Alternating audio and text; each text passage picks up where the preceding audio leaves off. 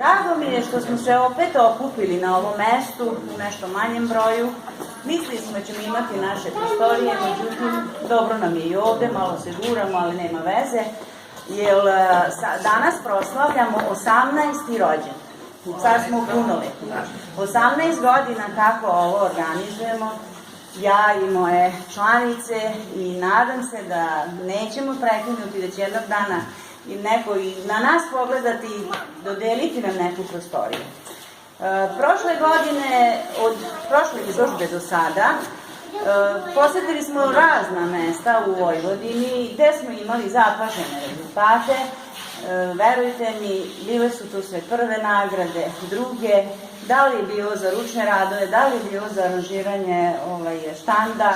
Uglavnom, prva, druga, to je bilo naše, gde smo prepoznatljive. Mogu da vam kažem jednu anegdotu, na jednu manifestaciju nismo išli i onda su naše prijateljice po vezu rekle, ajde, kaže, nije došla Anka sa ženama, imamo šansu da dobijemo prvu nagradu. Verujte mi, ja sam se jako obradovala i kao da sam dobila 3 prve nagrade. Sada bi vam samo rekla da se zahvaljujem svim ženama, naročito mamama od ove male dečice koje su nam pritekle u pomoć, jer kako se sad ne sastajemo nigde, malo se članstvo osulo. Ručne radove bi imali još toliko koliko imamo, koliko smo stavili, vidjet ćete koliko će vam se dopasti.